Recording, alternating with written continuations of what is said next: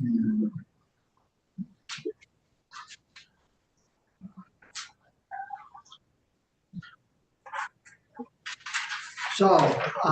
we're live, and I'd like to call the meeting to order, Tuesday, January 9th.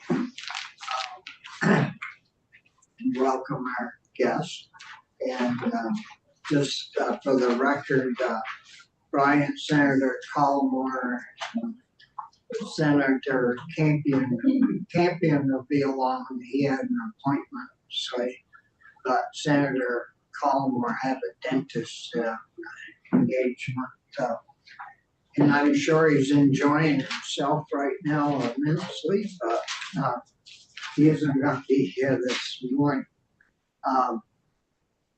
So we do have Steve now and Morgan with us, and so I'd like to welcome all the folks from the Ag Agency to our meeting. And, sorry for not a full house, but I think the three of us will take in your comments very well, and I know you folks probably read the same thing as I read about the beekeepers not liking what we heard last week from you. But I think it's important that we understood what you were telling us, and know that our fees, I mean, we don't exactly go count every bee in every colony and every hive. Anyways, we'd like to welcome you, and so Good morning. Thank you. I don't feel Rich. I'm Rich Westman, Senator from Loyal. Green Runner in North. And I'm Bobby Starr from Orleans County. So This is welcome, Brian Campion, who should be here shortly. and Colin, our vice chair. So I'll let you get started, Steve. Well, thank you very much for the opportunity. Stephen Dwinell, Vermont Agency of Agriculture Food Markets, and with me is Morgan Griffin, also from Vermont Agency of Agriculture Food Markets. And we're here to talk to you about your request about the work that the Agricultural Innovation Board has been doing. Yes. On one specific chart they have a number of them that's established in the law rates, but has been focusing for the last 17 months on one particular aspect, which is recommendations for the use of, recommendations to the Secretary for Pest Management Practices for the use of neonicotinoid treatments. And so that's what we're going to do today, is just go over what work AIB has done. And I guess we'll just get into it. Morgan's going to go first and give you some of the sort of nuts and bolts of what work was done. And then I'm going to do a little deeper dive on some of the key takeaways from the information that the board got, some of their considerations, why the recommendations came out or coming out the way they are at this point. So. Sure. So we wanted to talk to you about basically the activities of the AIB, the Ag Innovation Board. So we have members that meet all the requirements for when the AIB was formed, kind of get a full picture, so to look at ag with lots of different interested parties. So we have Wendy Sue Harper, who's a soil biologist. We have Claire Eyre, who represented conventional dairy through April, and then she was replaced by Amanda St. Pierre. Also in April, so there was no overlap there. And then we also have member Roy Beckford from the UVM Center on Sustainable Ag. Terry Bradshaw represented the fruit and veggie farmers. He works at UVM, and he transferred basically his membership to Ann Hazelrig to represent the fruit and veg farmers of Vermont. who also works at UVM in Extension. For certified crop consultant, we have John Chamberlain. And then our representatives from A&R, it was Claire Cutler, and it transferred AIB membership to Abby Pajak. And to represent organic farming, we have Earl Ransom, an organic dairy farmer. We have Brian Rebozo from the Vermont Center of Eco Studies, and Stephen Schubart, who fulfills an organization or a farmer representing grass-based, non-dairy livestock. Dr. Sarah Owen from the Department of Health, Laura DePietro from the Water Quality Division of Agency of Ag, and then myself and Steve representing the Agency of Ag on the AIB. So the AIB has met 17 times over the last year and a half or so. They have done a great job reviewing scientific literature, but also resources from other states, regulatory agencies, industry, and we've heard from expert witnesses and public comments, and then all the information that they've heard during meetings is posted on the Agency of Ag website. And then today, also with this, we provided you with a report that the AIB kind of summarized their recommendations and key takeaways to the Agency of Ag. And so that report is with this, but it's also linked here. It's on our website as well. And then our 2023 annual report is under final review by members, and that we submitted on Monday to the legislature. So the main thing that the AIB has focused on for that year and a half is this legislative charge to provide a recommendation to the Agency of Ag about best management practices for the use of neonicotinoid seeds. And so in thinking about that recommendation, they really focused on these required topics. So it's A, establishment of threshold levels of pest pressure required for the use of neonicotinoid seeds. B, availability of non-treated article seeds that don't have neonics. C, economic impact from crop loss as compared to crop yield when neonicotinoid seeds are used. D, relative toxicities of the neonic-treated seeds and the effects on human health and environment. E, surveillance and monitoring techniques for in-field pest pressure. F, ways to reduce pest harborage from conservation utility practices. And G, criteria for a system of approval of neonic-treated article seeds. So this is kind of how the AIB framed how they were going to approach the topic. So basically to address those 7 things, if you have a Yeah, and you have reports on each one of those Yes. letters. Yep. And actually, just so, like I said, Morgan's going to go through, kind of how we did it, what we ended up with. Right. Then I'm going to go back and consider each one of those and sort of the what we call the key takeaways. Yeah. So all the information that the board got, what the key takeaways were. One thing I should mention too, just to sort of put it in context, the board, the process we adopted was not a voting process. We didn't put a proposal out and have people vote on it. What we did is we presented the information, then asked each of the board members what they thought about it, what their takeaway was from it, what their recommendation was based on it.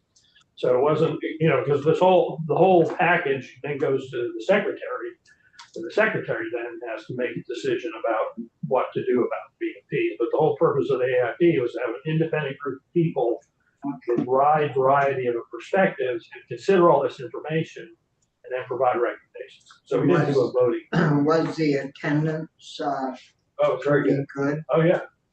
I mean, there were a few members who missed a meeting here or there. Oh, yeah, but sure. I mean, that was actually pretty remarkable from my perspective. I've done a lot of these boards, how active people were.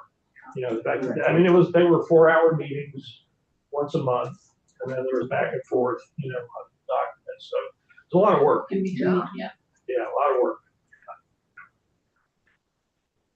Sure. So to get at kind of those 7 topics, we went to the experts, right? So we brought in 14 subject matter experts, and so we heard from researchers at VM, Kelly Darby, and also researchers from Penn State, Cornell, our counterparts in Canada, where they have existing regulations for use of neonic treated seeds, both on the federal level and on the provincial level.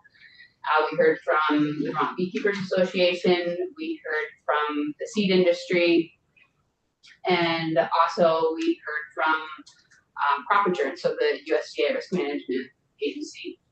And then internally, we took advantage of our members and their expertise, and so we heard about pollinator protection activities in the past in Vermont from Dr. Bradshaw. We heard about potential health impacts from Dr. Sarah Owen, and then Agency of Ag folks took on the lit review part and provided that summary for board members.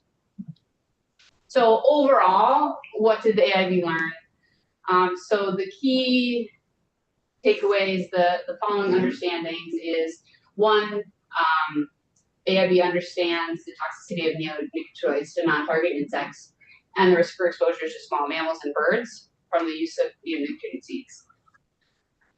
Two, previous research, so evaluating corn yields with neonic treated seeds versus non-neonic treated seeds shows inconsistent and no significant differences in yield.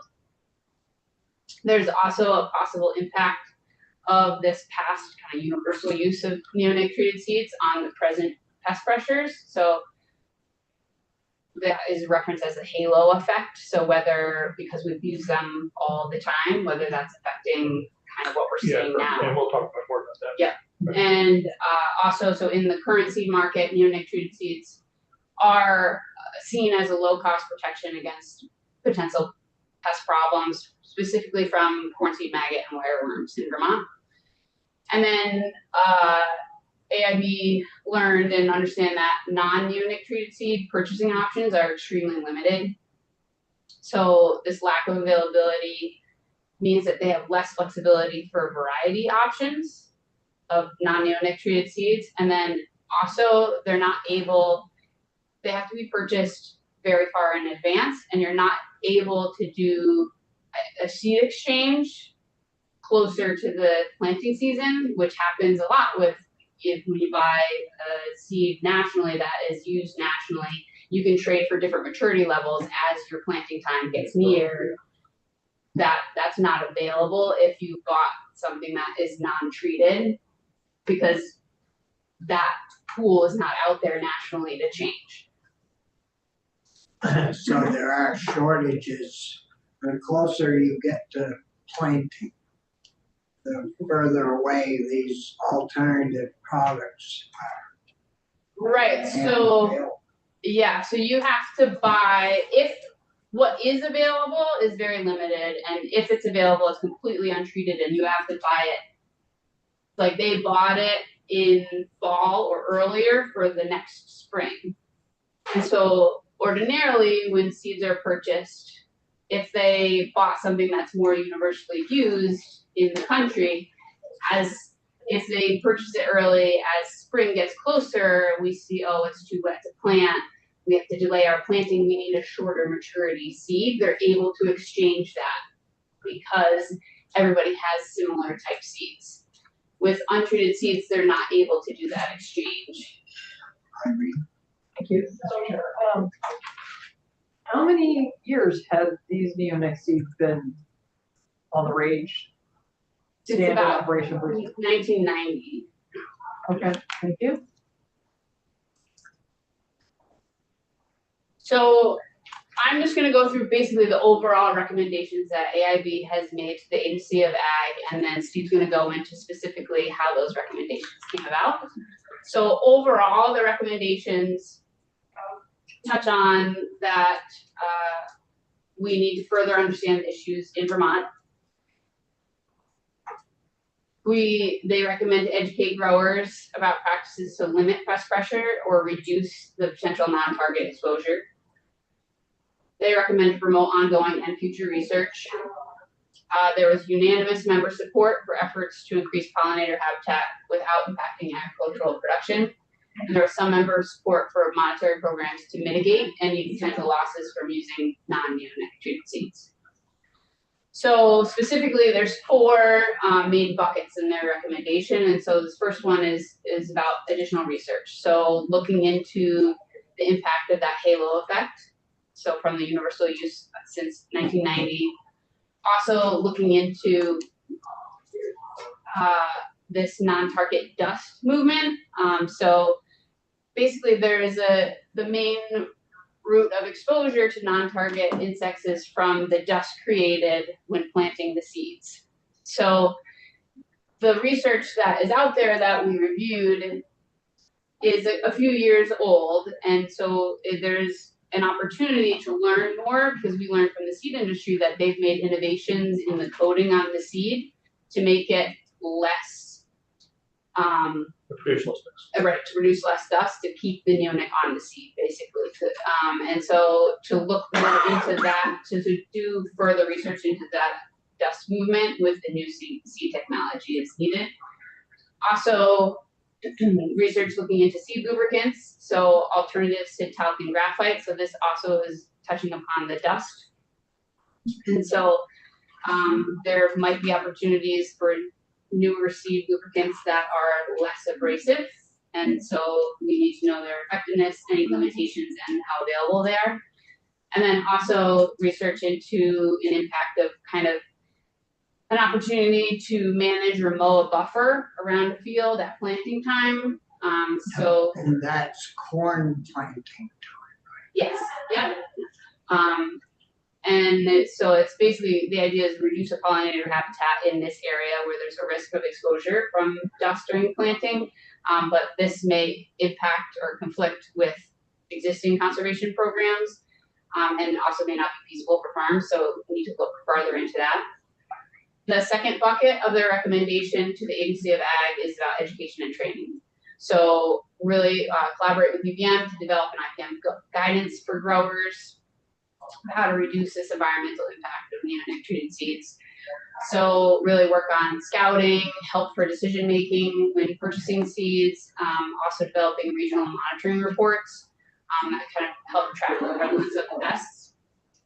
Also work on ensuring that growers receive the updates of research that is going on so that they have a better understanding of what we're learning and can make their decisions appropriately. And how is that update delivered? Like through the ag review or meetings or? Yep, actually there was a great example of it recently, just a couple weeks ago. Heather, which I'm sure she might mention later, had a webinar series for growers about neonic usage in row crops. I saw that. Yep. So that's an example, but yes, I think all the other things that you mentioned are also true. Yeah, if I could just add, a lot of this goes to working more closely with UVM Extension. Yeah. And to get the word out. I mean, that's an excellent vehicle for doing that. That's what they do, and they do it really well. So, you know, and we're already started that. We'll talk about that in a little bit, but we've already started working with them to, you know, get that kind of information. What about the conservation districts? Yeah, that's possible. They'll actually have a meeting with them coming up in February, actually 2 meetings with them. There's a webinar series they're doing. We'll be talking about this. And also, they have a regular meeting of all the conservation districts that I'll be attending to talk to this. Yeah, I know, of course, I'm from up north, and our Orleans and Essex County conservation districts, you know, they're very busy working with landowners and farmers. And, you know, they have their monthly meetings and you know, they've built a good relationship with the ag communities. Yeah, we want to take, you know, use those opportunities to educate, provide information. The last point of education of growers is really around what's on the seed labels. And so really to provide some education. Similar, there's lots of information out there of what's on pesticide labels and how to adhere to those. And so kind of incorporating what's on the seed label as well. The third kind of bucket of their recommendation to the Agency of Ag is about the supporting and promoting efforts to increase pollinator habitat without impacting agricultural production. And then the last recommendation, members were adamant that it's important to build in a mechanism for review and reevaluation of recommendations or guidelines so that they can adjust as we learn. Because they're asking to learn a lot more, and so they want to be able to keep adjusting as we learn. And one thing I'd like to add too is, so in the report, but also on our website, all the presentations that were made to the board are available. You can look at the actual presentations, and all the meetings were recorded. Yes. Yeah, so the video recording would be really, really boring. Yeah. So, like, we have Heather Darby coming in later. So she's been part of all this, Yeah, she's not on the board, no. but she's made presentations to the board several times. We're also involved in, she has some research that's sponsored by EPA, but we've also sort of piggybacked some research on that, and that's one thing that we need to be doing. So, yeah.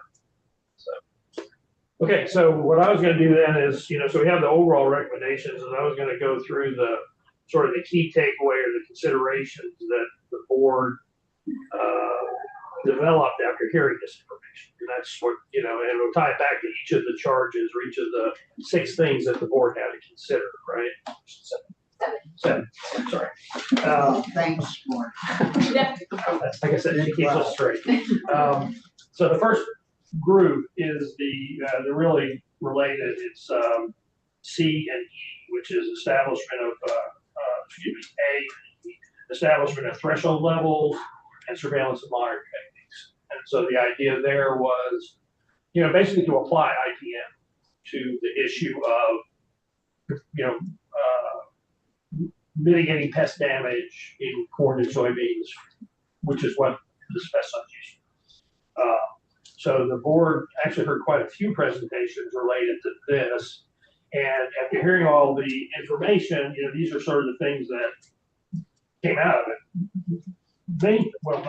One important thing is that seed purchasing occurs months ahead of plants. Because the way the seed market is developed in the United States, the industry, folks who want to plant, field corn or corn for silage production, they have to get into the market and Heather can tell you more about this, very early on in the fall. They have to make decisions about what varieties they're going to use, and what type of genetics are going to be in the corn Spring. for the following Next spring. Right, so they have to make the decisions, and in some cases I think they purchase, some cases they just reserve it, but they basically have made a decision about what they're going to plant in the fall before the spring planting season, right?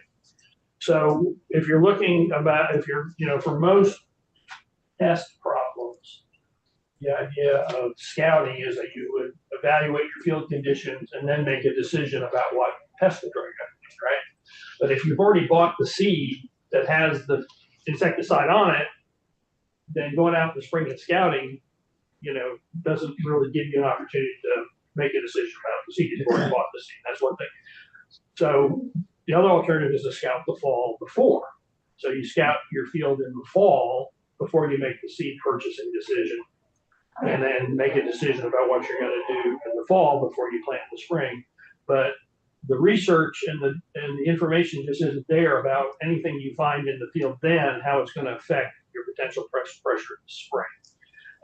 And this isn't something we really talked about I guess we talked a little bit with the board, is that, you asked how long these seed treatments have been in use. They've been in use since the 1990s, and they replace soil applied insecticides. So prior to the use of neonicotinoid seeds, the practice was to apply insecticide during the planting process. So as the planter went down the road, there was an insecticide application box on the planter, and they would apply the pesticide in the row as opposed to on the seed.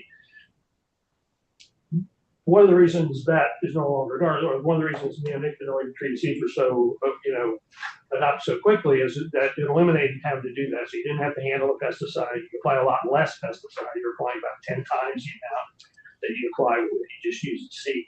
Is that, you mean it reduced it? Yeah, reduced it, yeah, but dramatically, like by a factor of 10. I think sometime in between that, what we used to do with farms, you'd buy untreated seeds and then you'd buy the insecticide and then you mix it. Right. And then, so that, and then there's exposure, And you're, that goes way back before the 90s. right, Oh, yeah, back when I was living at home and in school, we used to mix black coal oil or mm, with the seeds, mm, tar, mhm. and then my dad, when he made seeds, my job to make sure it was all coated with this stuff, and they called it crow oil, or Yeah, because the it was awful smell. Yeah, and I think that's why I am like I am today, is from that. Does you smell like an old crow? But well, they've come a long ways with this seed stuff. right, and so I think what happened, and we heard some presentations from, sorry, go ahead. Can I just ask, you talk about in the fall going out, and what would they test for? What would they do? Right, well, so one of the ideas, What are they looking evidence of seed cord maggot or wireworms, pests before they make a decision. But the information doesn't really exist right now about what you find in the fall correlates with what potentially can happen in the spring. We have to develop that. If we want folks to scout fields in the fall, we're going to have to develop the information about how to correlate it. And actually, in the webinar that Morgan mentioned, there were some presentations by some Cornell researchers that are starting to do that. They are actually in the process of trying to come up with ways to get information in the fall about what's going to happen in the spring. And there are other pest situations where folks do that. They use growing degree day models, climate models. A good example of that is fungicides on apples. So there are computer models that growers can use to predict when they need to apply the fungicide. So they don't just apply the fungicide on a schedule. They run everything through the model. The model tells them, okay, you better go out and treat now. And so that allows them to treat when they need to treat. We don't have that in place for corn seed. So there's really no way to tell a grower that, hey, if you're standing in that field in October, that you're going to have seed corn maggot in May, and therefore you better use it. So that's kind of what we're dealing with, and the board recognized that, and that's why there's not a recommendation to require scouting, because there's no feedback loop at this point. So I'm just thinking about timing. Yeah, And right. so the boys went out. They're using combine. They didn't finish cutting corn Right. this year until early December. Right. And then the seed dealer shows up just before Christmas, Mhm. and the fields are underwater. Right. So I'm kind of trying to figure out, part of the reason I asked, what are they looking for? And about the time they would have been doing testing and opened up, because everything got pushed back by the weather this year, and they're cutting corn on fields for flood insurance purposes that Right. really didn't. Right. They're getting about 10% of the crop. Right. And they're running around trying to do all of this. And so they didn't finish cutting corn till mid-December. Mm-hmm. So, and then we got the flood again so I'm not sure how I'm just trying to figure out the practical side in the recommendation. Yeah, well, you're actually right, right on the point, which is that you can't go out and scout the field in December to make a decision about what pest protection you need in the spring. And that's what the board recognizes. The timing's not right. We don't have the information. So what the board was asked to consider was, is there a way, what are the factors for establishment of threshold levels, and what are their surveillance and monitoring? And the conclusion was, we don't have that. What about if I'm the seed man or the manufacturer of the seed? Was there any discussion if you take the seed once the corn's harvested and you start making the seeds to sell farmer cotton on? Right. Is there any difference in what stays on the seed for neonicotinoids for pest control if the seed is manufactured in December or January, the coating put on, Right. compared to seeds that are manufactured in March or April of that same year, how much falls off?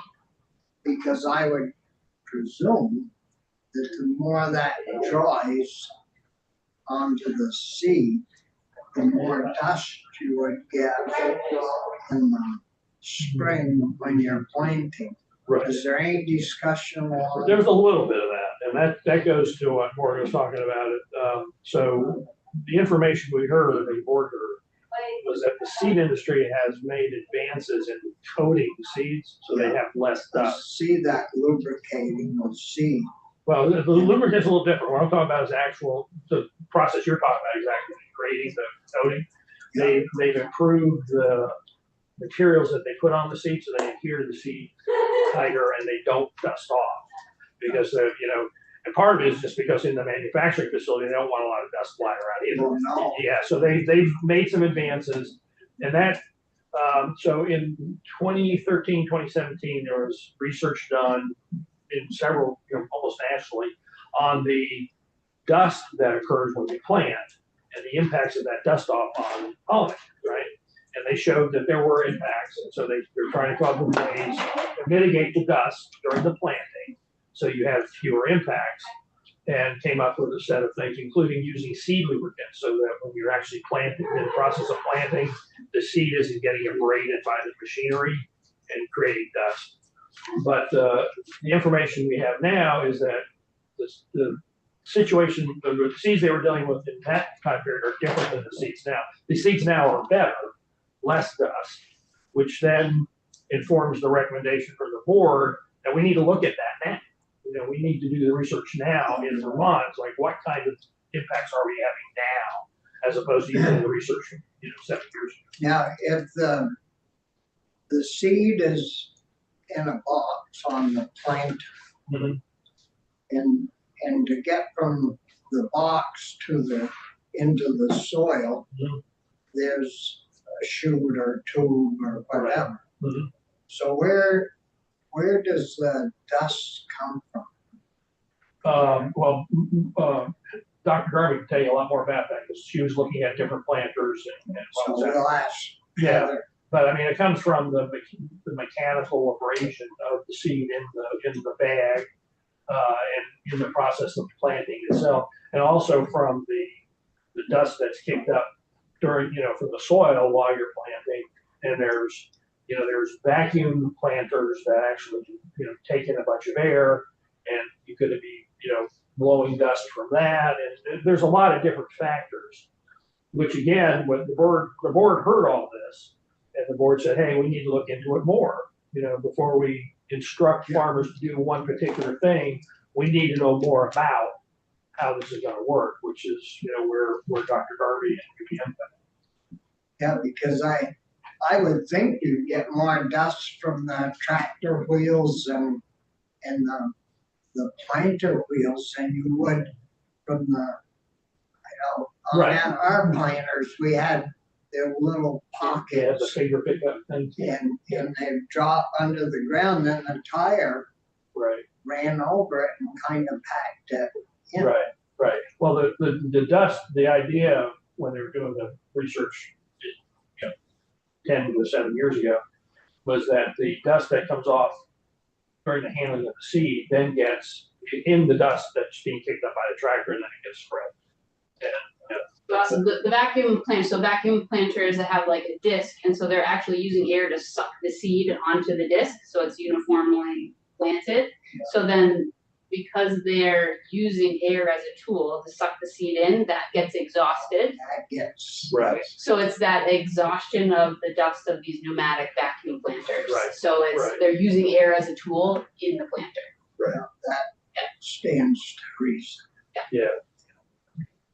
So actually, that kind of, I think that is the, well, we're hopping around a little bit, Sure. but that's okay.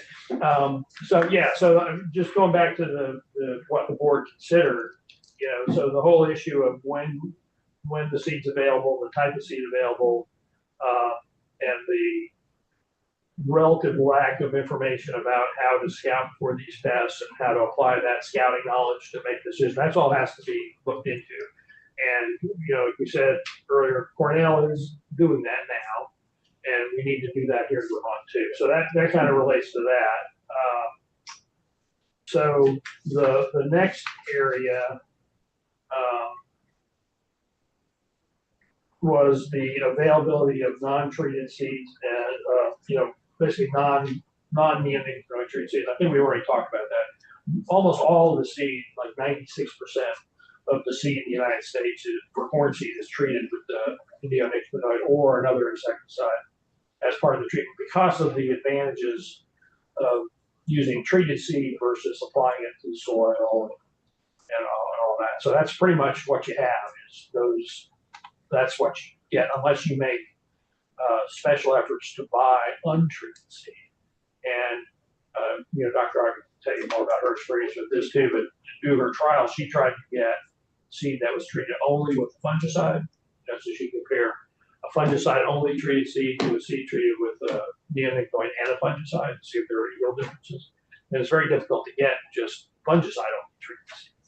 You have to really jump through some hoops to do that. Plus some of the varieties that farmers want for their plant incorporated protectants, rootworm and other pest protections that are built in genetically.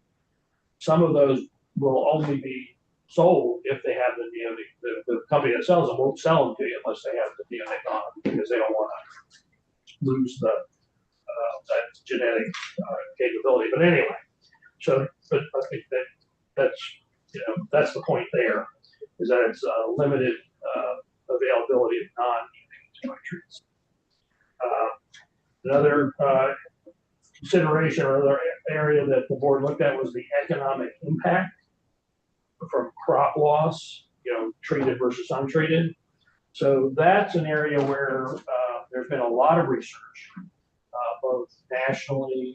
Heather's done some of it in Vermont and in Canada, and almost all the studies show no yield difference between the treated versus untreated. Okay. No yield difference. In other words, if you plant an untreated seed versus treated seed, if you do a side-by-side comparison, almost all the studies show that there's no difference in the yield. But the complicating factor there, two complicating factors. One is because the use of neonicotinoid treated seeds is so prevalent that it's possible that the overall pest pressure gets suppressed. So there aren't as many seed cord maggot flies out there as there were if you weren't using it. So you're able to get away without treating seed. For how long? Well, that's the question. How long? That's the question. So that's one, and again, that's something that we need to look into. We also heard, but there are some studies that do show yield differences. That there are occasions where you do get protective effect from using the seed versus untreated seed. It's sporadic, and that has to do with the nature of the pest. It's a sporadic pest. So it's that's why it's growers consider it to be a sort of an insurance policy against the possibility that they'll lose yield, because there's nothing you can do. If the seed cord maggot, you get an infestation and a significant infestation, there's no recovery. There's no treatment. You basically just have to accept the yield loss So what, what is the difference in the cost of treated seed versus non-treated seed? Do we ever get those numbers? We never got them. We heard, I think AIB heard and asked that question a lot, and sometimes there is no cost difference. Well, that's, I think we heard that a year or two ago, that, you know, it costs us more to do these untreated seeds because there's so few of them. Right. But I just wondered if you guys, You didn't hear a different answer. Yeah, we didn't get a dollar value. We heard basically that either there was very little difference or it actually might be harder to get the untreated seed than the treated seed. oh, we heard constantly that it was Yeah. harder Yeah, to get untreated seeds because nobody's buying them. So Correct. they wanna protect their crop. That's what AIB heard as well. yeah, so again, this is where, you know, all this was being considered by the board, you know, how the board got to where it got. So one of the areas to consider was the relative toxicities of the neonicotinoids used both for human and environmental issues. So the human health risk assessment, Dr. Sarah Owens, state toxicologist, she presented that to the board. And her evaluation was that because it's used at such low rates, and because farmers don't have to actually apply the pesticide, their exposure is very limited. So human health risk wasn't a factor for this, you know, particular use of neonicotinoids. And I may have botched that a little bit, but you know, it's all in the report. So I'm not a toxicologist. But then for environmental impacts, we did a literature review. Morgan actually reviewed the EPA risk assessment. We heard presentations from the Vermont Beekeepers Association, and you know there are impacts from the use of neonicotinoid treated seeds on non-target insects. That's a fact. And so what the board was looking at is how to, you know, the whole object here is how to mitigate those impacts through, and the biggest source of exposure in the past anyway was from the dust. So that's where all the emphasis was on mitigating the dust during planting, either from raising from the seed or from the you know, the vacuum cleaner that's putting dust. We heard several different presentations on that. There's also the issue of the neonicotinoid. So one of the reasons it works is that it's water soluble and systemic. So it actually gets into the plant. And when it's in the plant, then it gets translocated to the pollen. And corn, you have the phenomenon called vegetation fluid, you know, the little bead of moisture. You've ever seen a corn plant, you look at the base of the leaf, you see a little bead of water, that's called vegetation fluid, and actually it's So the neonics follow the plant as it grows. And right. Now, you know, of course, it degrades over time, so the concentration goes down. There's a degradation curve there, but it is present. You can find it in pollen. You can find it in vegetation fluid. It's been found in the plants that grow nearby, either as a result of the dust movement getting on those plants, or because it's water soluble. If you have water in the field, you have a puddle or whatever, then you can find the neonicotinoid in that. So yeah, it is in the environment. It gets into the environment when it's used in this manner. You know, very low levels, parts per billion levels, but it is there. Because of the toxicity of the product, it's toxic at very low levels, and it also has what they call sublethal effects. So it affects the behavior of the pollinators and other non-targets. Even if it doesn't kill them, it will, you know, slow them down or do various other things. So there are impacts, and the board heard that, understood that, and so that's where the the need to do more research and education to mitigate those impacts comes from. Okay. Is there any timing? When, like, you usually plant your corn as early as you can in the spring. Mhm. When do the beekeepers bring their bees It's about to the same. the state? It's about the same time. You know, Same the- all happens at. Yeah, more or less the same time. I mean, the concern is that, you know, you think about dandelions in the spring. Yeah. A lot of bees are foraging on dandelions at the time of planting. There are trees that are, you know, crabapple, willows, things like that. They're blooming at the time. So if you have an exposure incident as a result of the planting, then you're going to be exposed to those pollinators to that, which is why, you know, why we need mitigation, right? So, you know, again, this is what the board came to after hearing the presentations, is yeah, there are potential exposures to non-targets as a result of the use of the product.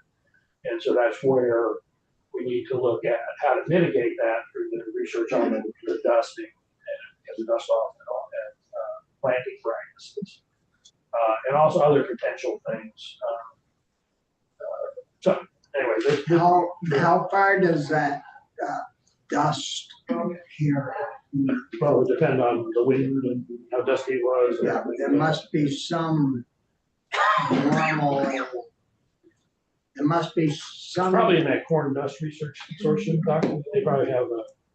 Yeah, I think value. the number that's down my head is this Corn Dust Research Consortium used research that they did, but so this is before these innovations in coding of the seeds, right? So this is why AIB thinks that we need to answer that question. That's a great question to now answer now in our conditions with these new seed coatings, but they recommended, I think, 500 feet buffer That's it.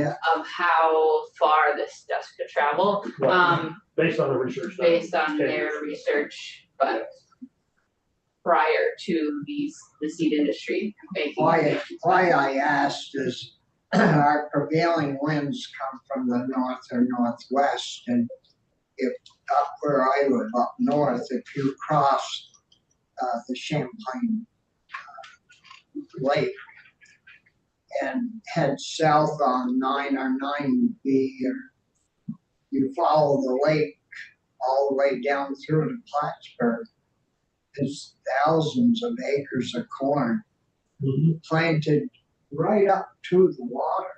Mhm. And I was just wondering if that could blow over to Vermont, but if it's.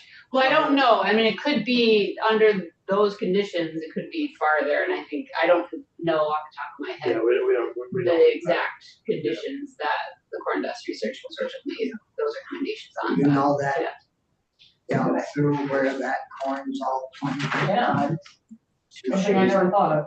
There's Shazy and that, all that. Oh, It's right up, right? But it's not dairy.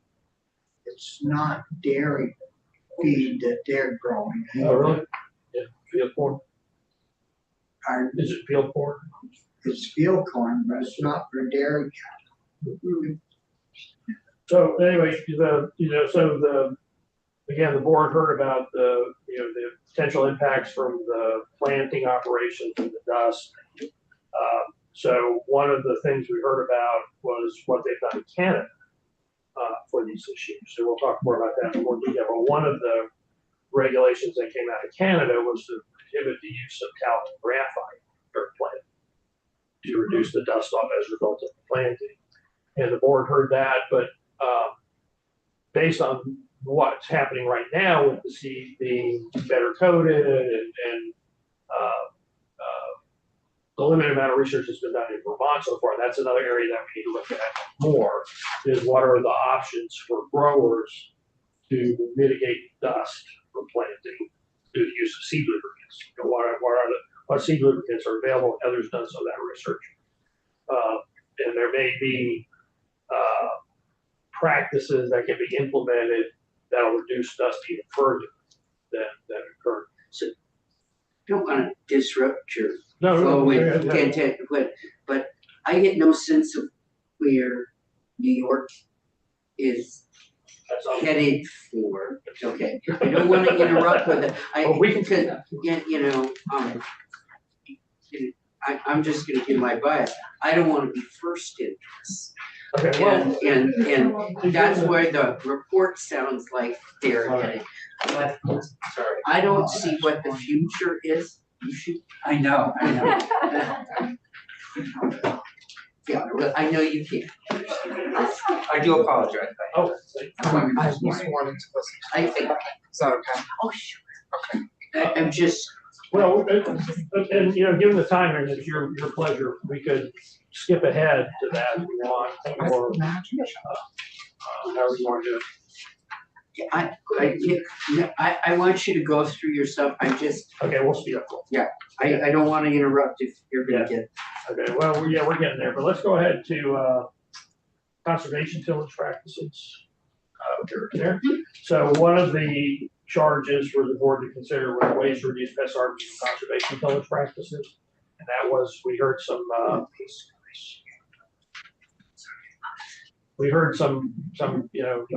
experts speak about that, but they're doing a lot of work on that in Pennsylvania. That's something I think Heather's interested in too. It's an area that bears further research because of the relationship of the organic matter that's incorporated during the newer application and the corn seed maggot is attracted to decaying vegetation. So, there's definitely a potential there to get yourself in a sticky situation if you're not doing things right. And that's where we need the research in Vermont to say, here's the practices that will, reduce the opportunity for this particular pest.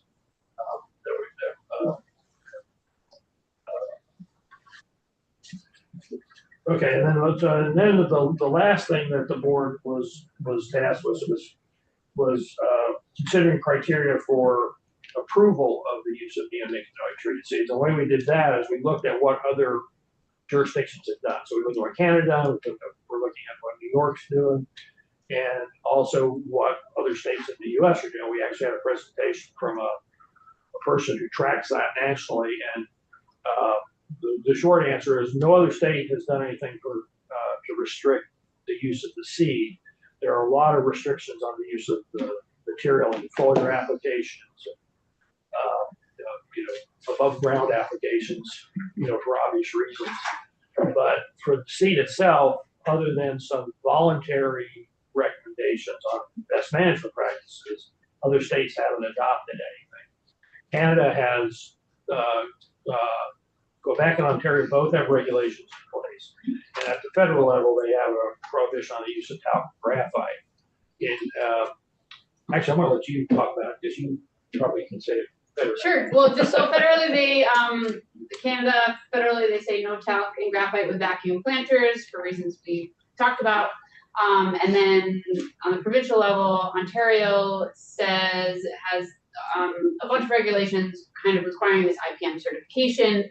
When they were first introduced, those regulations have now since been dialed back because they were considered pretty burdensome for the farmers. And basically where they ended up is that they transitioned to an alternative insecticide on the treated seeds. So they've transitioned to diamide treated seeds. Same thing happened in Quebec. They also had a regulatory requirement that basically they needed a prescription to be able to use neonic treated seeds. From an agronomist. From, a certified agronomist. And because of it was too many hurdles for growers to go through to get that prescription and kind of stress on resources, the province, it's our understanding, has the use of neonic treated seeds has drastically decreased, and they've transitioned to the use of diamide treated seeds as well. So diamides are a class of insecticides that have lower toxicity to pollinators, to honeybees, and so that is what is the insecticide used on the treated seeds instead in Canada. So those are the transitions that we've heard of stemming from regulations that were in Ontario. So So the difference between the two insecticides is what? They're different classes of They're insecticides. different, Yeah. and I get it from what you said, the pollinators are treated better with one than another. Is there a line of research on the new insecticide that they're using and what the potentials are for that? Yeah. I'm just, So the, and is that something that New York farmers might go to, or? yeah, so the diamide insecticide is a different class of insecticide, the neonicotinoids class, related materials. The diamides still have toxicity to pollinators. It's just a lower toxicity. They also, from what I understand, are more expensive, and they may be slightly less effective for some of the soil pests. But that, again, that's something we need to look at.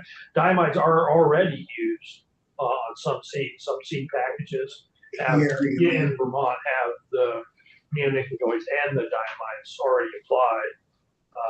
So yeah, that product is registered, it's in use. There's also a new product that's just been registered, that's a soil applied material, right? Which is a diamond. And that's a diamide. So yeah, so there are, it's a different class of chemicals, different characteristics, potentially less toxic pollinators. But again, that's something we have to look We're gonna have to switch gears, at. Okay. but we're gonna see if you folks could come back possibly tomorrow or later in the week, because this is a very a subject that very much discussed. Right. And, Well, and yeah, so, and it isn't, I guess we didn't give you enough time to start with, to Sorry. get through all of our questions. And so if we could, we'll try to make arrangements so you could both come back when you have time yes, sir. and we'll further the discussion. Would it be appropriate if there, maybe, to make it, so we answer your question, if there are specific things you want us to Yeah. look at, relative to the report from the AIB? Well, I think, the acreage that's involved with this new product, the results, if there are any from the new product compared to the neonics, things along that line, because we get a lot of pressure from our people back home on both sides, from the farm community as well as from our non-farm community, that about the pollinators. So those are the two big issues, I think. Yeah, then do you have information on diamides? We haven't studied them yet, but Cornell was just showing their very first study Yeah, so with them. we can generate some information. A lot of the questions I think are gonna come from, what's the risk to humans? And put in terms where we can relay to people what the dangers are and what they aren't, and or whether there are, I think we'll get some of that. Oh, yeah, it's those issues that we're gonna try to find if there's any answers. And I, as somebody that has been around farming most of my life, I wanna do what's practical, but I wanna keep, our job in partly is to keep people safe too. Oh, absolutely. So we have to answer those questions. So thanks a lot for up to this point.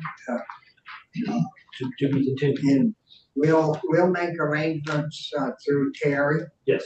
to see when you can get back home. Okay. Well, thank you very much. Thank Yeah. you. Thank you. Just the- You took the Hey, train. you want the comfy chair up here or?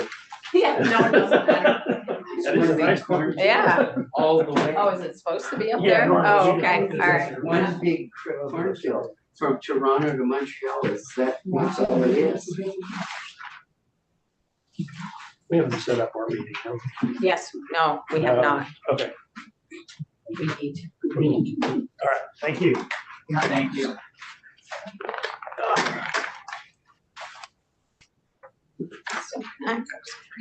Just rearranging. Cleaning house here. Today, can Hi. I have water for my tea? Yeah. Doing housekeeping. Yeah, I'm gonna go get some water for my tea and I'll be right back. Well, he came with his seltzer water, but none for the rest of us after we've been working. So, Hard time for being late. good morning, Heather. Hi, how are you? Good, good. Good to see you. Yeah, I was Happy thinking New this is Year. the first time I've been here since COVID, actually. Not testified, but actually back, yeah, back in the State House. Yeah, it's, Thank you. that kind of messed everything up Yeah, as far as scheduling. yeah, I know. You have an extra one we can leave for the other one. I do, but I was gonna use it Okay, you can use it. and then I'll Thank you. pass it on. I wasn't actually sure. So how's everything at the extension, sir? Oh, good. Yeah. Good. Those actually, I think that's. Yeah, no, everything is great. Rolling along. Super busy.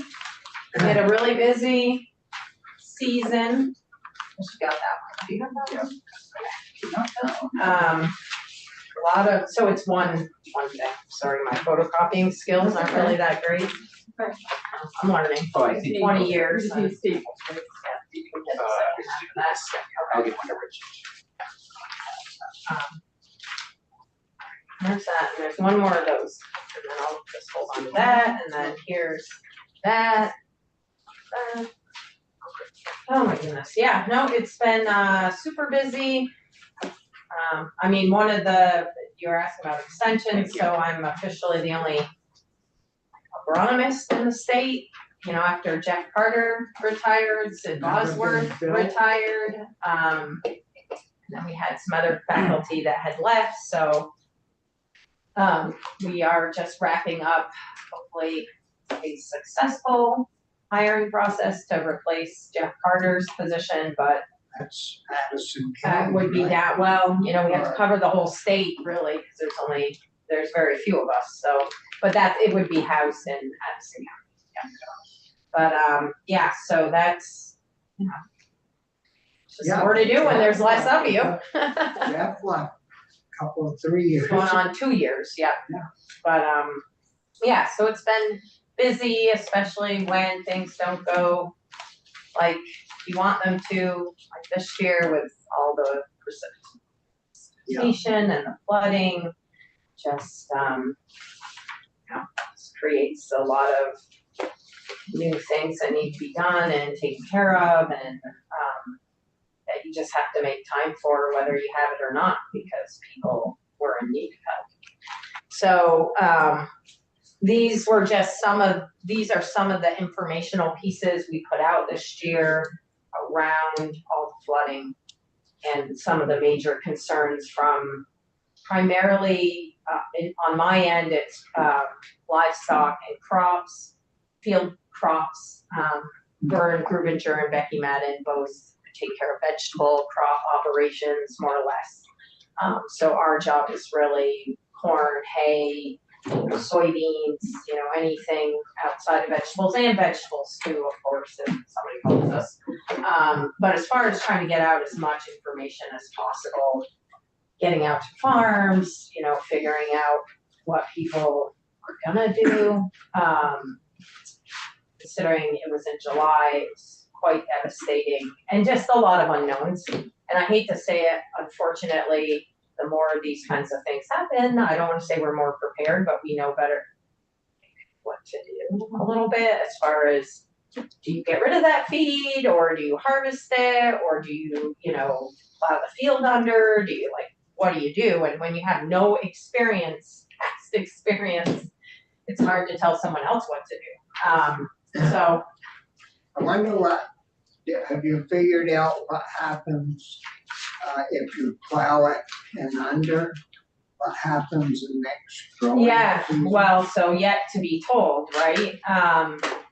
So a lot of farmers have converted to no-till, which has been really great. And so now the biggest concern a lot of farmers have is whether or not they should till after, some farmers going on a decade of no-till production, just feeling like I worked so hard to get here.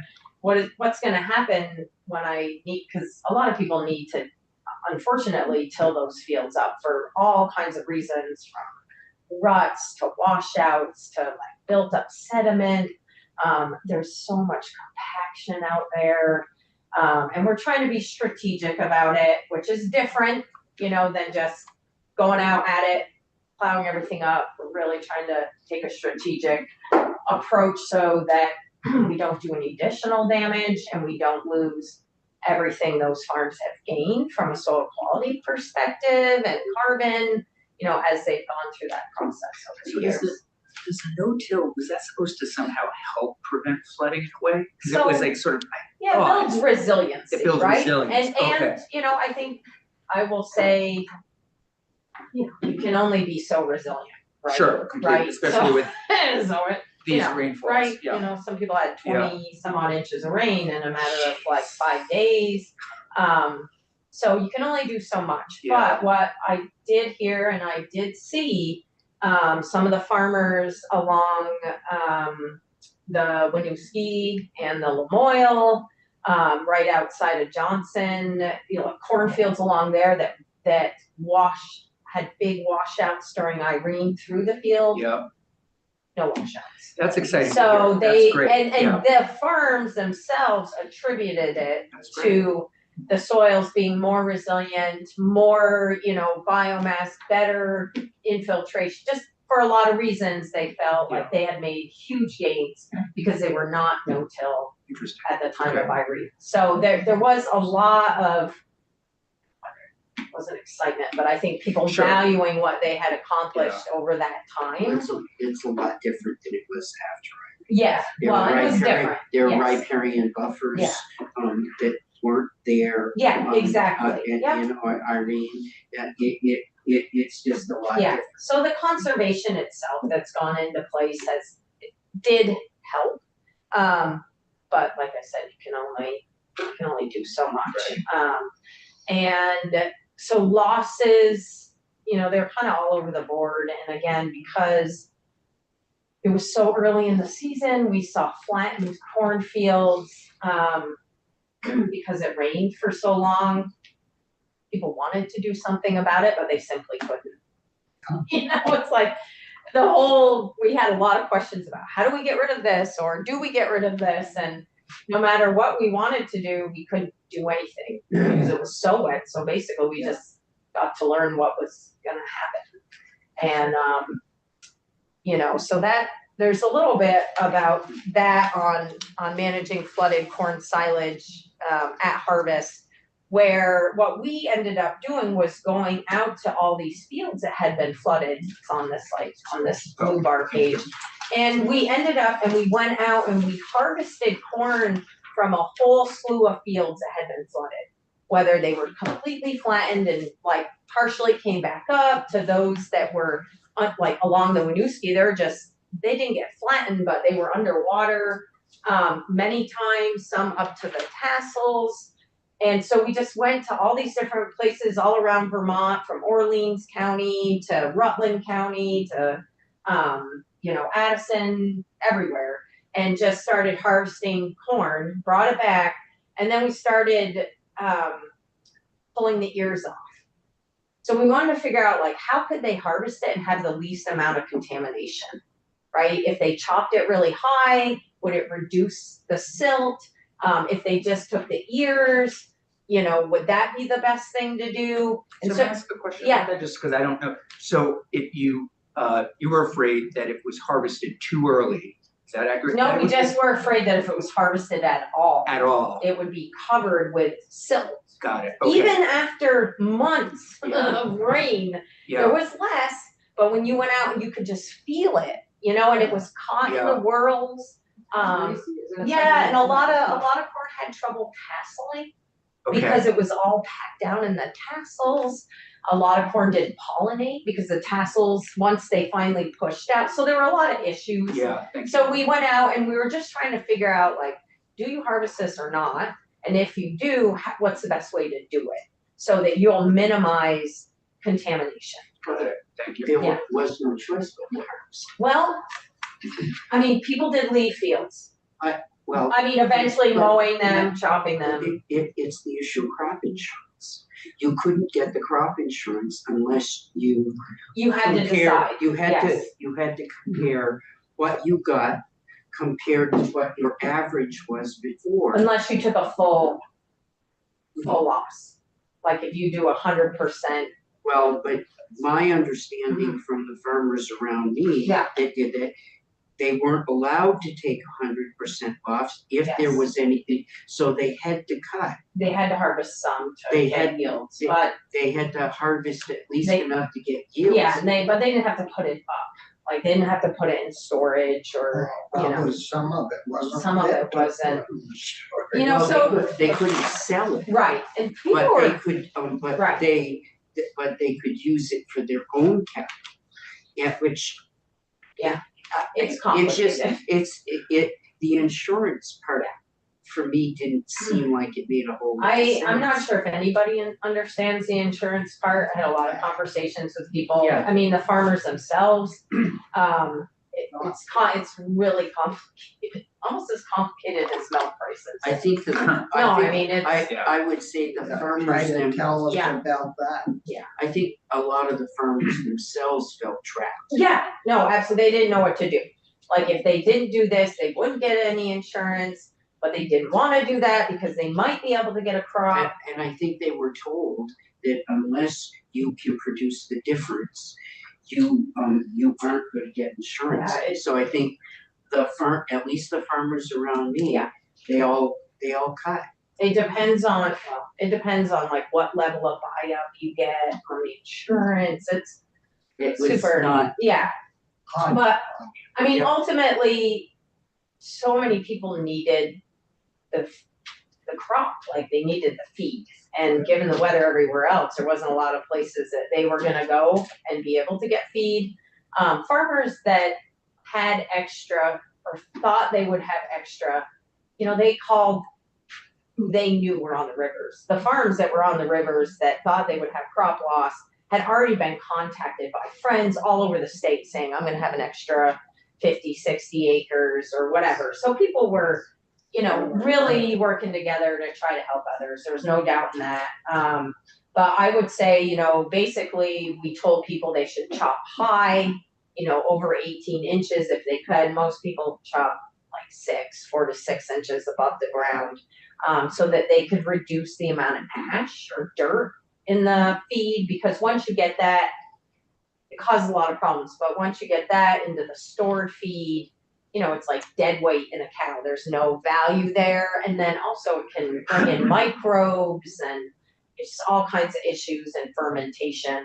So, or to take snappage, which is basically snapping off everything from the ear above. You know, so you know, for some farms that made a lot of sense. So, we did, and we are starting to see more mycotoxin issues now, right? So once things are in storage and starting to ferment, some mycotoxins can continue to grow. And we tested feed before it went into the bunk, and the highest levels we saw were in the Winooski. And a lot of that has to do with conditions, nothing really to do with what was in the floodwaters or anything like that, but really temperature, fog, you know, just conditions overall. And most of the toxins were actually in the stalks, which is really different. Normally, we would be worried about them being in the ear, but they were in the stalks because ground had been saturated for so long and the water sat there for so long. The toxins actually were forming right in the stalk, which is really bad. And was another reason to have people chop higher to try to avoid that part of the plant. So now we're getting into feeding all this garbage that was put up. So even farms that weren't flooded, a lot of the feed is garbage. You know, it was cloudy, it was wet. So Bad year. yeah, I mean, just in general, trying to harvest forage, trying to keep it clean, you know. If you drove around, you saw what was going on. I mean, fields not flooded being harvested looked brown because they're just picking up so much mud and everything. So I did do a survey of nutritionists around the state, and I brought in the results on this little piece of paper. But essentially, you know, at the end of the day, I added up all these things, and you know, farms feed costs, purchase feed costs. So basically, they're having to buy more grain and more, we call them like buffers or clay, you know, things to basically protect the rumen from microbes to make up for the poor quality feed. And I kind of averaged it out around $1 per animal per day is the increased cost, which is a lot. Seems not like a lot, but if you got 100 cows times 365 days, you know, we're looking at just $40,000, and that's not including the melt. Like, so they're also seeing depressed melt, even with sort of trying to formulate rations to make up for that. There's a, you know, the nutritionists are saying about 7% reduction in milk production. And so I outlined, you know, as much as I could in this document. The stories were the same from every nutritionist. Of course, what they're getting paid 100 weight, Yeah. it doesn't add up No, very much. no. And this is across the board. This is not farms that were flooded. Those farms are in much worse shape. And there's a couple of quotes in here that hard hit farms are buying up to 50% of their forage needs. So, Did you figure out where they could buy that? yeah, they're, you know, like I said, farmers are pretty resourceful at networking with each other. So, you know, there is feed moving around Vermont, quite long distances for Vermont, you know, from Addison up to Newport, and just kind of all around, which is interesting because Addison was much harder hit than many places. But, you know, some people have a lot of feed in reserve. Some people were able to get first, you know, good, really first cuts. So feed is moving around the state. I think cash flow is a big issue for people trying to pay for it. Of course, FSA is trying to figure out some programs. I'm sure John Roberts will come in and talk about that. But yeah, it's, you know, feed quality is really poor from last year. And did you get to work with in Addison much? Yeah. Well, Paul Stone called early on that his fields that where he grows his grain was underwater. Yeah. And so I just wondered how he I made don't know how he made out. I mean, Rutland County was pretty much you know, especially around Proctor, or Rutland County, I mean, Clarendon, I mean, there was no coming back. It was almost nearly 100% loss. Corn was underwater for weeks. I mean, underwater. Yeah. What about animals that were trying to graze? Was there an issue with grazing as well? That may be totally off topic. but- No, absolutely. I mean, you gotta pull the animals off of grazing. So what, you know, and put them on stored feed. So that's what a lot of people did. There were a few farms that had pretty significant pasture loss. Right, because the flooding, you know, in the Winooski was right around their barn where most people that graze are pretty close to the farm. In general, most farms are not right on the river, so they're usually far enough away that that's not always an issue, but it was definitely an issue. It was an issue for a lot of beef operators. I went out and looked at a lot of pastures. So most people had someplace else, to move the animals, but it's never ideal when you're on you have a plan. You're grazing what you graze and other fields get hayed. So just overall, it's reduced feed reserves for a lot of people. They'll put up hay for the winter off of certain fields if they're feeding that out in the summer, so every livestock farmer was impacted.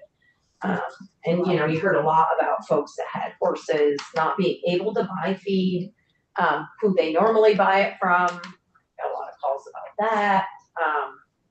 So, one of the things that's starting to come up now, I think I passed this out, is Clostridia in feed. We've had an issue, just one reported with blackleg, which, outright kills animals, in calves. So again, that's usually something we actually see on pasture. When animals are grazing feed and they're ingesting microbes because the silt is up on the plants. We don't have any reports of that, but we're seeing reports of microbial contamination now on feeds. And some of these are really bad, like botulism, of course, and this particular Clostridium that you don't know until you find the animals dead that it's a problem usually. So it hasn't been a problem in Vermont for a really, really long time. You can vaccinate for it. Again, I think as most farms transition off of pasture, they stopped vaccinating for some of those things, but they're vaccinating. So additional costs there, vet bills, those things. So We heard of, or you heard of any farmers losing animals? Yes, yeah. You have? all over the board. Yeah. And Mr. Questioning about raw milk, people who are drinking raw milk, any more danger to the humans? Nope, I have not that I know of. The milk should come out clean. The pathogens we're talking about are really restricted to, the rumen and the animal. Okay. The toxins themselves would not pass through. Yeah. So no issues there. More, the animals.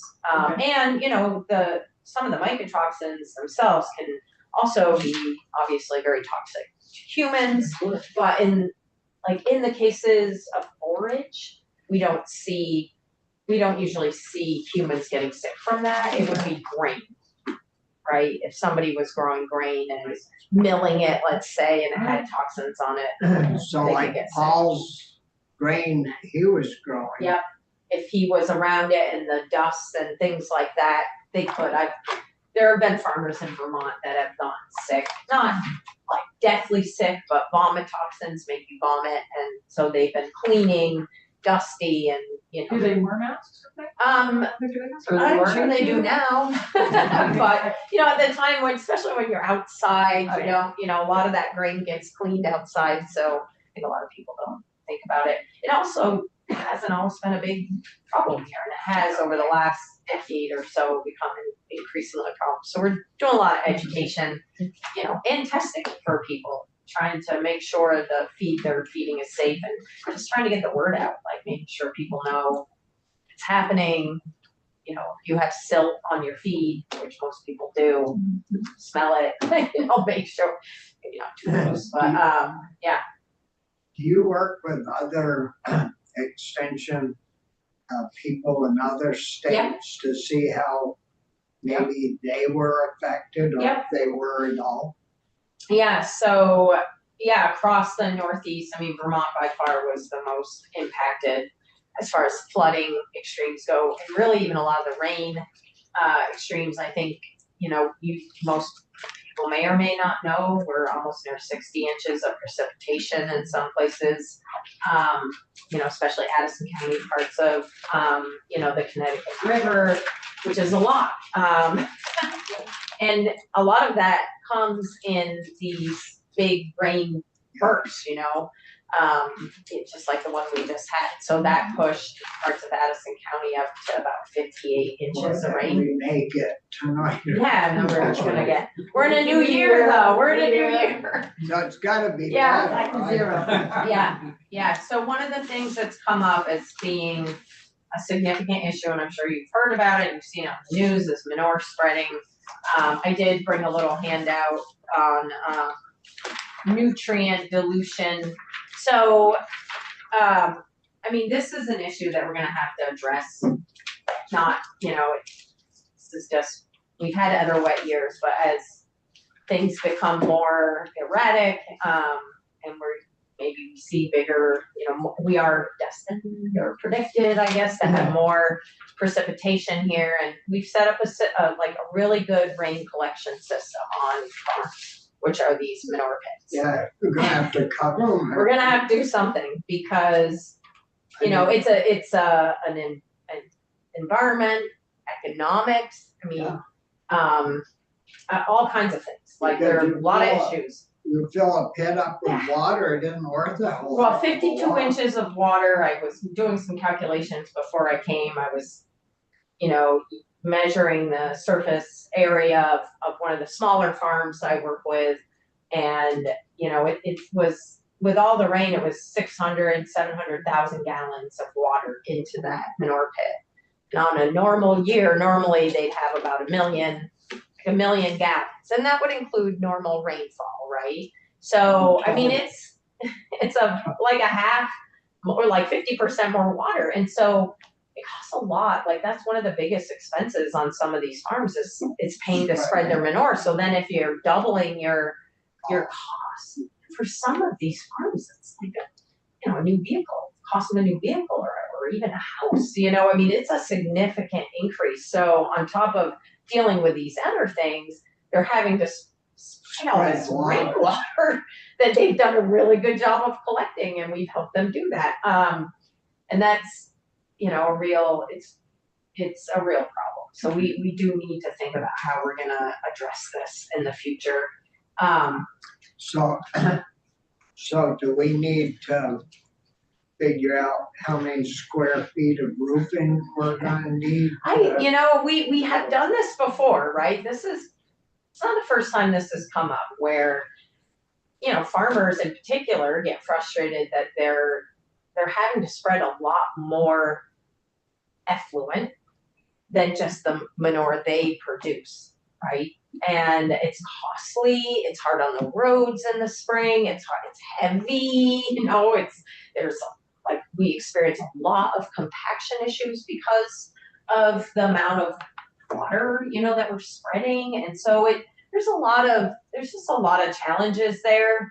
And 40 years ago, that was really the right thing to do. But at this point, it's not, it's just not getting us, I think, where we need to get. Have as many. We didn't have as many, we didn't have as much precipitation, and so the answer isn't to make them bigger, right? Which is, they have to have so much storage for the winter, which is why people are trying to get those, the effluent down so they can make it through the winter. They do need a certain amount. I mean, that's all been calculated into the size. To the size, and now people, it's like, oh, do we have to make these bigger? It's like, no, we don't need to. We're just gonna keep more water, and it's more expensive, and it's so we have to think about what are we going to do here, and the conversation has come up before, and there are lots of projects now looking at covering manure storages because of greenhouse gas emissions. So there's a lot of work around that right now. There's so many challenges with doing that, separating out the solid portion so that the farms, are able to take the solid part of the manure further away from the farm. So there's a lot of different strategies, but I really do think it's time that we actually really dig into this. One thing we've run into up north is farmers have built manure pits on higher ground away from the farm. Yeah, satellite pits, Yes, and they wanna pipe it. Yeah. Well, we've had trouble getting under roads. Yeah. We've had trouble getting under railroad tracks. I mean, had trouble getting through, even though it's a one-time deal, ditch through wetlands to get. I know. I mean.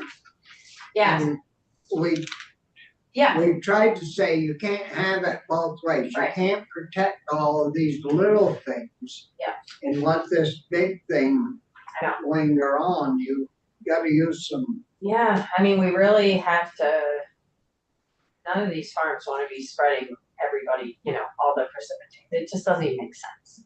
And it's hard on so many things, everybody. And, definitely nobody wants to be doing it now. so we lost all that. So pretty much our nutrients are, it's water that's being put on the fields. It's like an 80% decline in phosphorus, 50% less nitrogen. I mean, they're not producing less, it's just diluted, and their nutrient management plans say they can only put on so much. And so there's a lot, that we're trying to reconcile right now. And how do they figure, I mean, the equipment today is all set up to match your Yeah. soil needs, so the spreader turns on, the spreader shuts down. Yeah. I mean, So they're working with the Agency of Ag, they're working with us, really trying to adjust their rates based on what's there and where they're spreading, and of course, the time of the year and the risk. It's more complicated than you think. You don't just go out there and spread because you need to. Oh my, if it was only like that.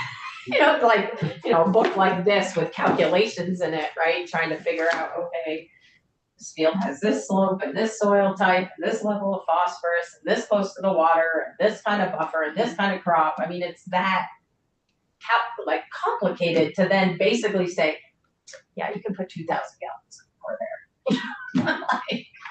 yeah, That is what it is. So, and farms have been proactive. The different farmer watershed groups are out really trying to work together with the agencies and extension and just try to make the best of the situation. So that's our flood. so update. what do you hear from these same people that you're working with in regards to the price they're getting paid for their milk? Yeah, well, right. Nobody's happy. Organic, conventional, I mean, it doesn't matter. It's tough. It's tough out there. Yeah. I mean, I think before there was a lot of COVID money that was coming onto farms that was really helping people, but that's gone. Milk prices are low. And then these kind of things happen. Have you heard anything from them on the DMC program? We've gotta get that figured out, between now and spring, whether we're gonna be able to find enough money to help them with that Yep. cost and how much it's meant, Yep. to have that available to them. Yeah, I think hearing from people would be really, that's what you need, is to hear from them. I think sometimes, if nobody's complaining, then you should. But I know, absolutely, people were grateful, I heard that a lot, but, of course, what the first year that you folks did that, maybe it was a little late, but also milk prices were good, right? So people were sort of. Yeah. But they still got Yeah. as much back as I know. what we paid for. Yeah, so, if you need help collecting some of that information, definitely. I feel like everybody's head has been in this, really. Well, if you take the extra cost that's involved and then the loss in milk production and the loss in revenue, it's a double whammy because your costs are up, your income's low. And I've heard from numbers from Ag that we're under 500 farms. Yeah, I'm certain, and there's more every day that are Right. done for various reasons. Sick of And, dealing with it, sick of, they're older, yeah, lots of reasons, yeah, we are there. One of the things that we see happening So one of the things I've heard that I get calls on, especially from smaller dairies, that the state has not done a good job at helping them transition to something else outside of dairy. And I've heard this a lot lately. And over the holidays, I got probably 3 or 4 calls from different people not related, different parts of the state, just really searching for opportunity to be able to keep their farms. And a complaint I heard constantly was, it seems like there's a lot of help, but not for us. And one of the people had brought up, in Kentucky, there was all this tobacco settlement money, and it helped tobacco farmers transition to other types of farming because it was important to Kentucky to have farms and, to not lose those farms for all kinds of reasons. But we don't have that here. And I think they felt that, there were programs for this size of farm or this type of farm. There were grants, but there was just nothing for these sort of small conventional dairies that are, they're exiting farming or exiting dairy, but they don't want to exit farming. And so, we talked a lot. It's hard to get those phone calls. And I don't know, we tried to transition some to beef. Yep. We ramped up the slaughter facilities but it seems like even the beef guys aren't doing that. Yeah, I mean, well. the economics of a lot of things are.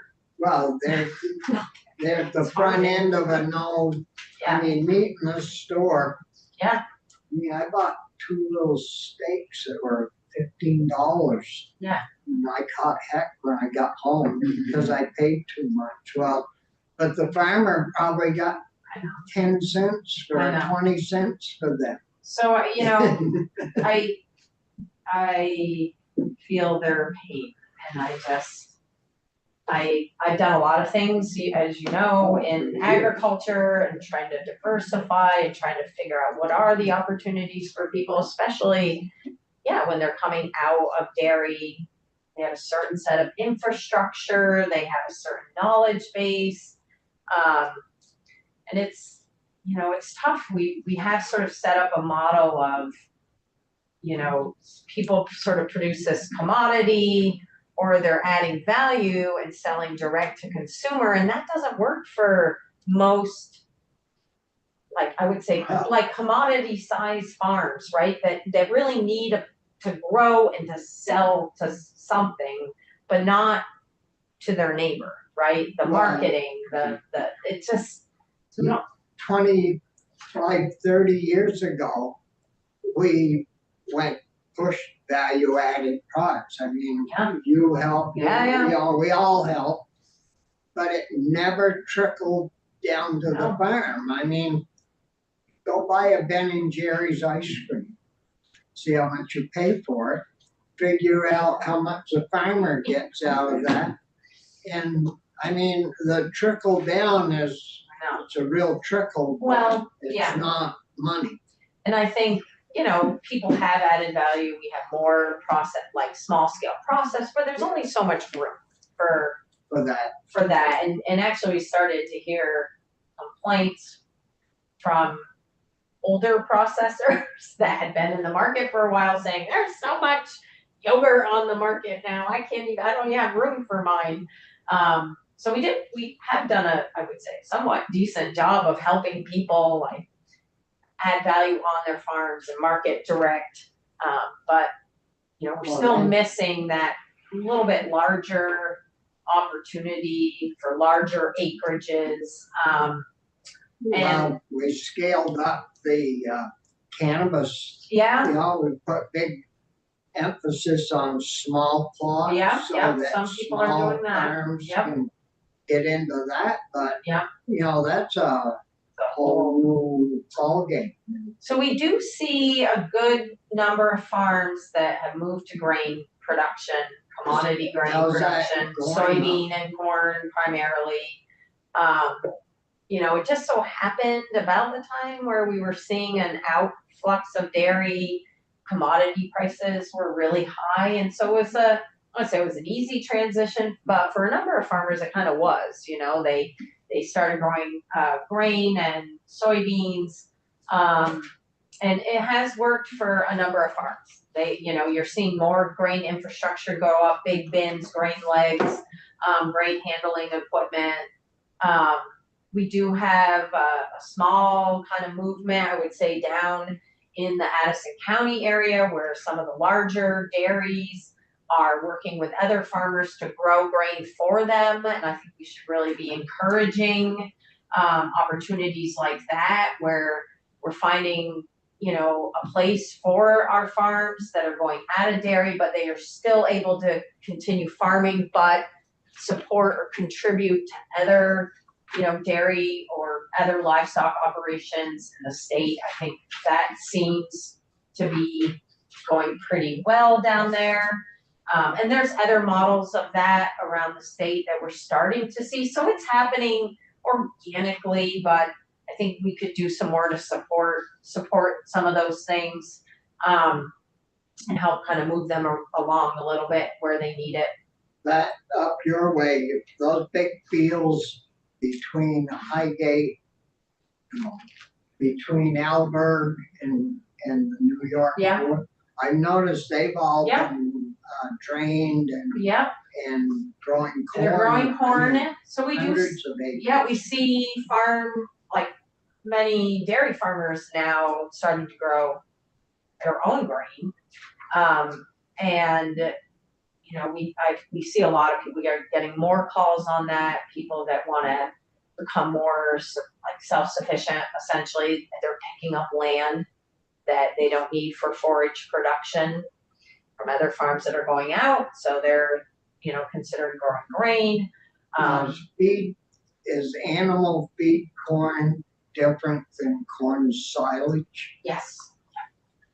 Yeah. Well, I mean, you can grow a dual purpose variety.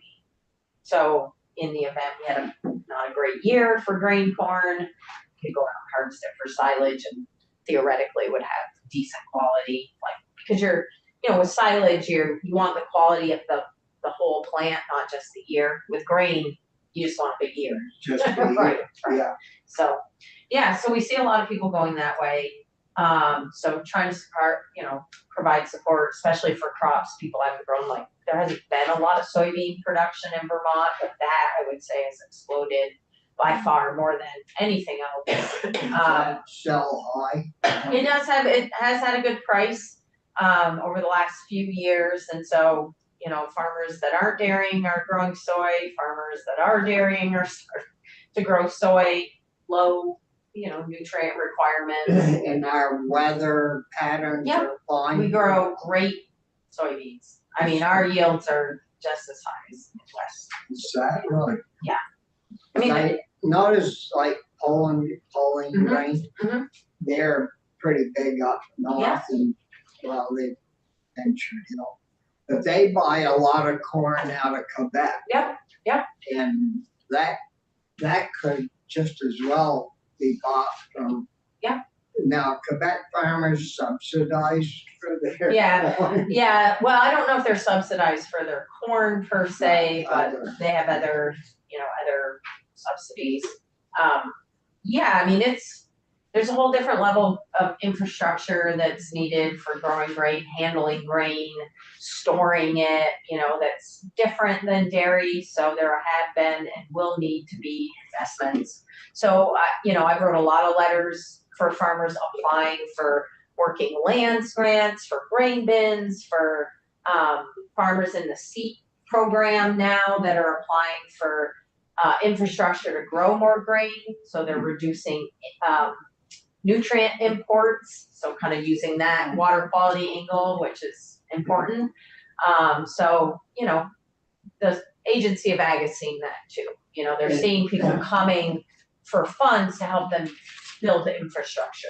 And have you figured out how big or how many acres of soybeans you need to make a living at it? Oh, geez, well, No, more than 20, more than 50, yeah. I mean, grain again is, it's a commodity, so the prices go up and down and they go from $3 to 25, so it's the same like riding the highs and lows of that market too. So I think, really, I think those like farmers selling direct to their neighbors or, like that is going to become a more viable model. Farmers selling grain into really local markets, whether it's flour, wheat for flour, there's, demand out of Massachusetts in particular, some in New York. So really helping farmers figure out, if they're gonna grow grain, where's the highest value gonna be paid? And again, it's not gonna be selling a commodity, and so well, they don't. helping farms and other businesses like be able to connect and utilize local grain is, to me, that's like something we have been working on, but could use a lot of help with, whether it's a business that now buys grain somewhere else, like you were mentioning, and maybe an incentive for them to buy local for, whatever period of time. All those kind of things help sweeten the pot, right? So how many pounds of corn or tons of corn, just corn, can you get off, An acre. in an average Yeah. season? Well, so so when you start growing grain, you start talking bushels instead of Bushels. tons or pounds. Yeah, they don't.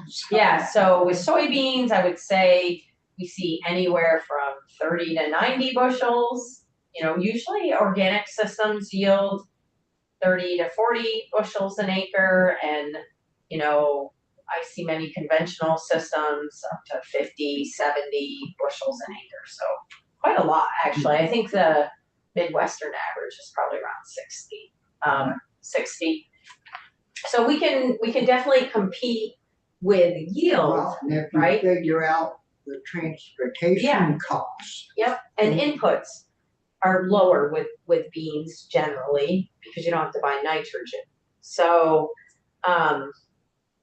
but they come with a whole host of other issues that we haven't experienced because we haven't grown them for a long time. So we'd be doing our soil a lot of help by reducing, not having to put nitrogen right. on. I mean, So the economics, environment would Yeah, do. just different.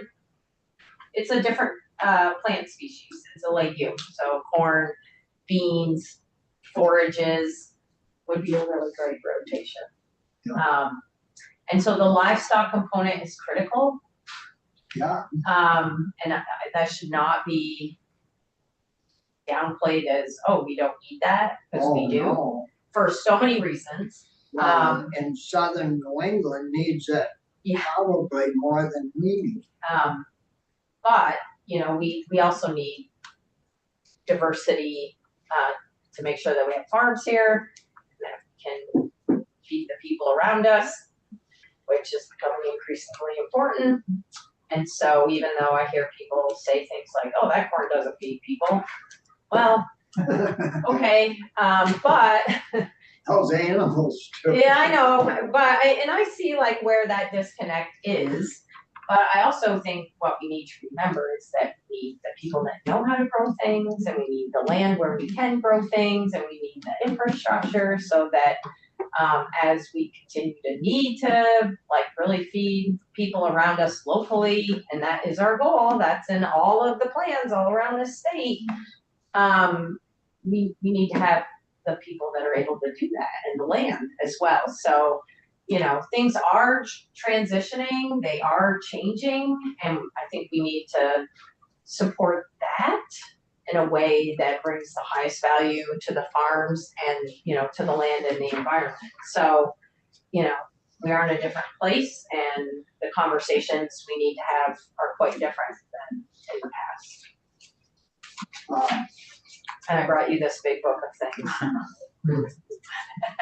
Is that the recipe 267? Yes, it's on, oh wait, there's On no everything. pages numbered, it's on page 350. No, but I mean, I think, you know, it's a critical time. And we've been talking about this a lot over the years that I've been in here, you know. Well, we do good Yeah. things You and do great things, then well, change, not. right? Then things change. Yeah, but you know, I just think keeping our eye and our motivations on how we build, you know, this local agricultural production, you know, we have to keep our eyes on that and what that is transitioning to be and what kind of new opportunities we can generate for farmers, because we need farmers. Not just saying that, like, we do need people that are committed to working really hard and growing food for us. Like, they're not just out there, you know, hanging around anymore. So, you know, the more we lose, yikes. A lot of people think, you know, that the Shaws and the Walmarts I know. and, I know, you know, that's where the food comes from. well, They and don't grow it in the back, in the Yeah. backyard. I thought kind of during That's what those COVID, doors are. people's They grow it out there. maybe would pick up different Ah. habits, but, and they did, right? Did they a little bit? A little You think bit, so? I mean, there was a huge increase in local purchasing, huge. And to the point, I think I remember testifying saying, we don't know if this is gonna last. Farmers don't know if they should actually invest in expansion. Right. So like the meat market in particular, you know, just like gone. People's like years supply gone in just months, you know? And so farmers thinking, wow, is this here to stay? Like, are people actually going to keep doing this? And the answer was no.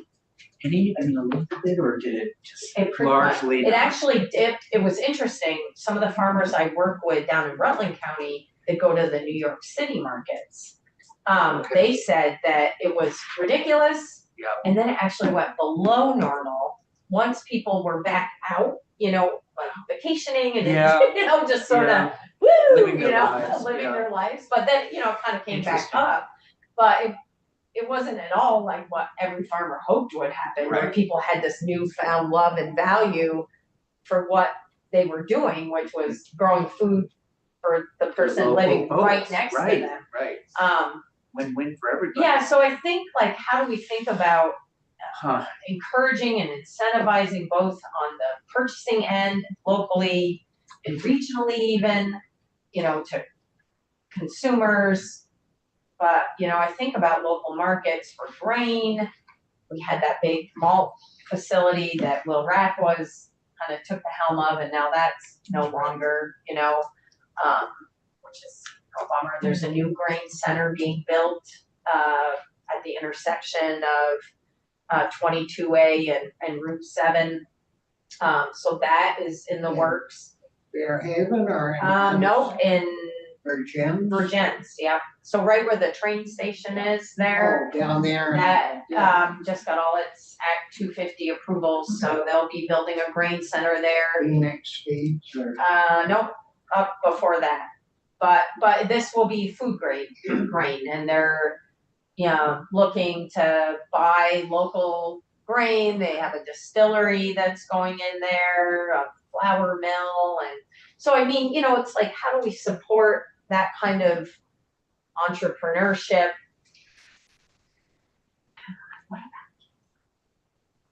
go ahead.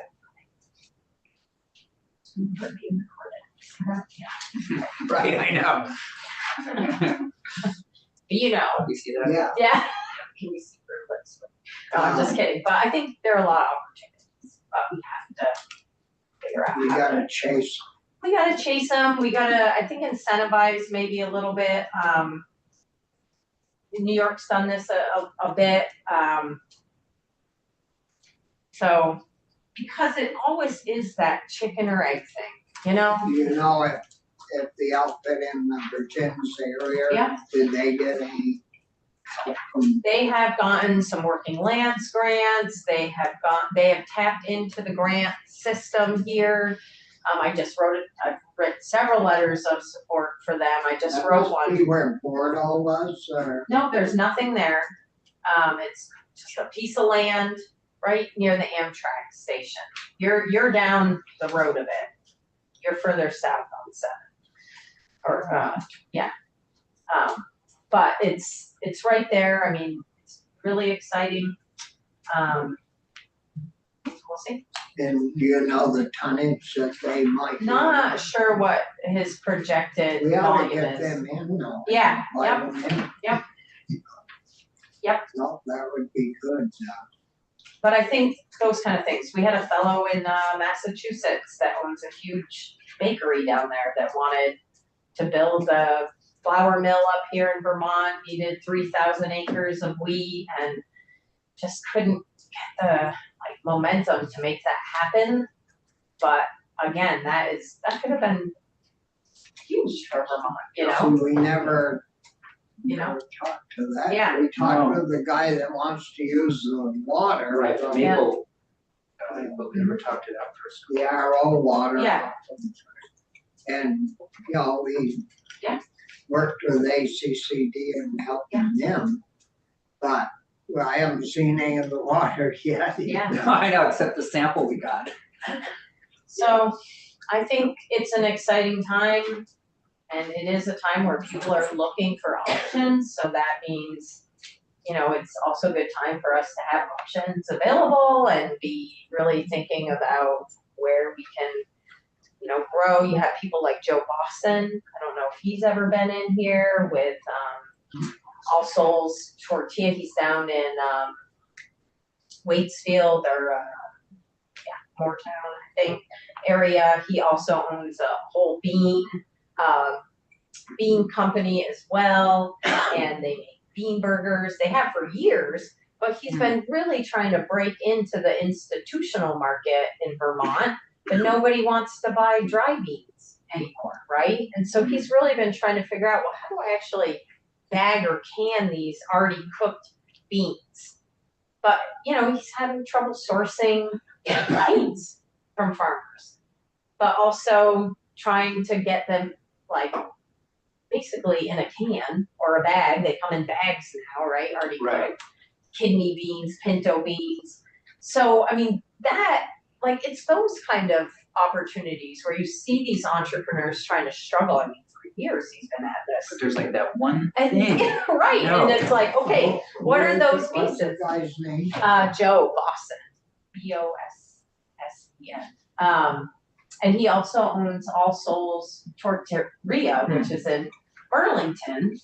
And he buys corn grain, can't get enough out of Vermont to make these local tortillas. So, there's opportunities there, and it's just trying to really figure out all the missing pieces. I'm supposed to be just an agronomist. Yeah. But But you see it. but I see it, and I also try to help with it, but I Right. mean, all of those little missing links. They must have somebody though across the street that should be. I mean, we've gone from 87, 88 employees to 140 someone. So we should have somebody over there that's got their finger on the pulse that could be helpful. Yeah, but I think there are people trying to expand production and need help in both directions, right? How do we process these beans at a scale? Now he's got a kettle, this little place, it just, is it our desire to allow X number of farmers to go away from producing soybeans and growing black beans that bring $1 more a pound, and that really is sort of young people growing beans. Why couldn't they grow black beans? Well, For more money, and that, yeah, well, right, that would go right to UVM Medical or any of the Right. schools all Right, over right. Vermont, and that's what he's trying to get into, but he's Yeah. gotta have the way to put those cooked beans in a box or Yeah. whatever. We Anyway, hear that down our way. Yeah. People would buy it in a second if we process. right, so processing remains, I know you got lunchtime. Yeah, we have coffee. And people, but I was gonna say, I brought the grass fed dairy, that was a hot topic there a few years ago. We finished the guide, so if anybody's interested, there's a bunch of other materials and, yep. Good to see you. Well, Thank you. thank you Yeah, very thanks for having much. me in. Yeah.